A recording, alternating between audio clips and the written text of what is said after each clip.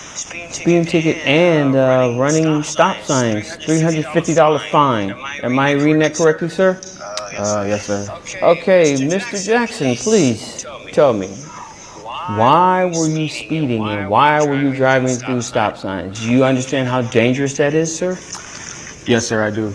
Okay, you better have a good reason. So I just got a call from my mother that my sister got in a car accident. When? This was about a month ago, I believe. When she got the accident, we heard that was like pretty bad. So I was rushing to the hospital during that time, and that's when I ran the stop signs and the stoplight. Hold on, wait a minute. Let me see if I got this right. Hold on. Give me a. Do you know the date of your sister's accident? You remember? To be honest, it was a blur. I was just kind of just moving. Okay, give me a second. I'm reading your docket here. Mr. Jackson, if I'm reading this correctly, you got a ticket the same day. Did you get a ticket while you were en route to the hospital? Yes, sir. That's why you were driving at a high rate of speed and driving through stop signs? Yes, sir. To get to your sister who was involved in an accident. That's correct. What's the condition of your sister? She's okay now. She's okay? Yes. She wasn't hurt? She was injured through the accident, but she's still. How badly was she injured? I believe she had a broken femur, I believe it was, and a broken arm as well. So you requested the court date rather than just paying the ticket. Why did you request the court date? Because I have every intention of paying the fine, of course, but okay. I would need a little bit of time because. So you want the court to set you up on a payment plan? Yes, sir. That's why you're here? Yes, sir. Okay, why can't you just pay the ticket outright? It'd be like, because what happens is, from my previous experience, people want payment plans and then they forget, and then they get themselves caught up in a jam, and then it's the collections, and that's a whole nother mess. So if you're going to pay the $350, I would recommend you pay it just out front. Is there a reason why you can't do that? Well, I don't like to use this as an excuse, but I used to be in the. You used to be what? I'm sorry. On duty, and I served 5 years in Afghanistan. On duty where? In the Marines. Oh, Semper Fi.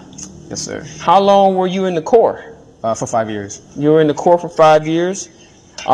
Just curious. You saw combat over there? Yeah.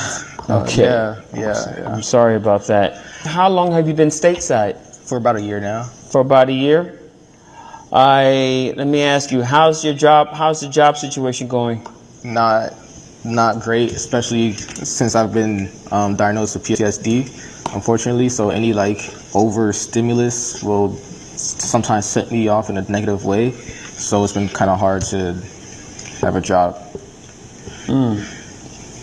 Since you've been stateside, have you had a job?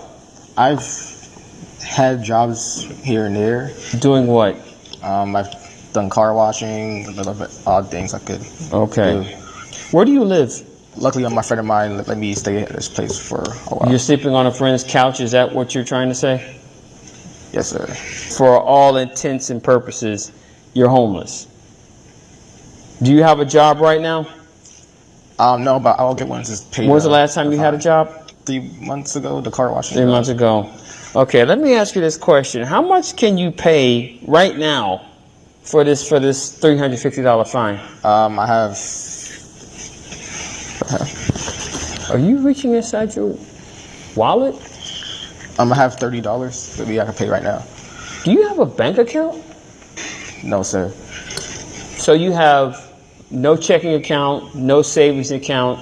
The only money that you have on you, the only money that you have as far as your net worth is the $30 that's inside your wallet? That's what you're trying to tell me? Yeah, so if I do 10 payments of $30, I could definitely do that, I'm sure. I could start today if you need me to. But you haven't had a job in a while and you're homeless. I'll figure it out somehow. You know what I can never understand? It's weird to me that we live in a country where people volunteer to join our military, but then when they get out, they're homeless. They can't find employment.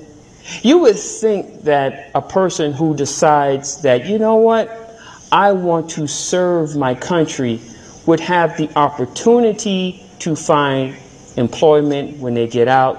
You would think they would have the opportunity to find housing, but that's not the case. I think the number is somewhere else between 10 and 15%, maybe even higher, of the people that we have on our streets are homeless veterans. Did you know that? Yes, I did, sir. And you said that you served in combat. Yes, sir. So I'm assuming you've seen some things that you wish you hadn't seen. Yes, sir. See, I'm still a police officer here in Mango Park, and I've seen some things, urban combat, for lack of a better word, but I don't think it pales in comparison to what you've gone through. And now here you are in a situation where your sister, you said your sister didn't have insurance, or did I not hear that? I don't think we talked about it, but no, she didn't have insurance. No. Now we have another situation where you have to come and pay this incredibly high bill. So, and that's put on the back of a veteran who can't find a job and is homeless. And I understand there are veterans out there who have jobs and they can say whatever, but I'm sorry, I just feel that's a terrible disservice. You decided that you would take that chance, and you didn't come home in a box with a flag on it, but you did come home to a situation where you can't find a job and you can't find a home. As a nation, we should be embarrassed about that. We really should. We should really be embarrassed. So this is what I'm going to do for you. You're going to pay the fine. Okay? I'm not letting you off the hook. You're going to pay the fine. Absolutely. But I'm going to give you a break. I'm going to give you a deduction on the fine amount. So, how about we pay $10 to the courts, and if need be, the other $20 if you want, you can go next door and get yourself something to eat. I'm confused. What does that mean? Where's the confusion? You're paying the fine, are Right. you not? You're paying the price of what you just did. You're paying the cost. You already paid a price.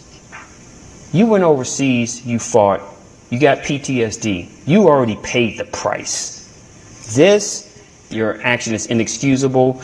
You shouldn't do that. Don't ever do this again. But I understand you're trying to rush your sister who is in a medical situation. It could have been life or death. You didn't know that. You paid a price a long time ago. You paid a price when you decided you wanted to sign on the line, and you're here. Because guess what? If you would have died overseas, who would have been there for your sister? Is your mom still living? Who would be there to take care of your mom?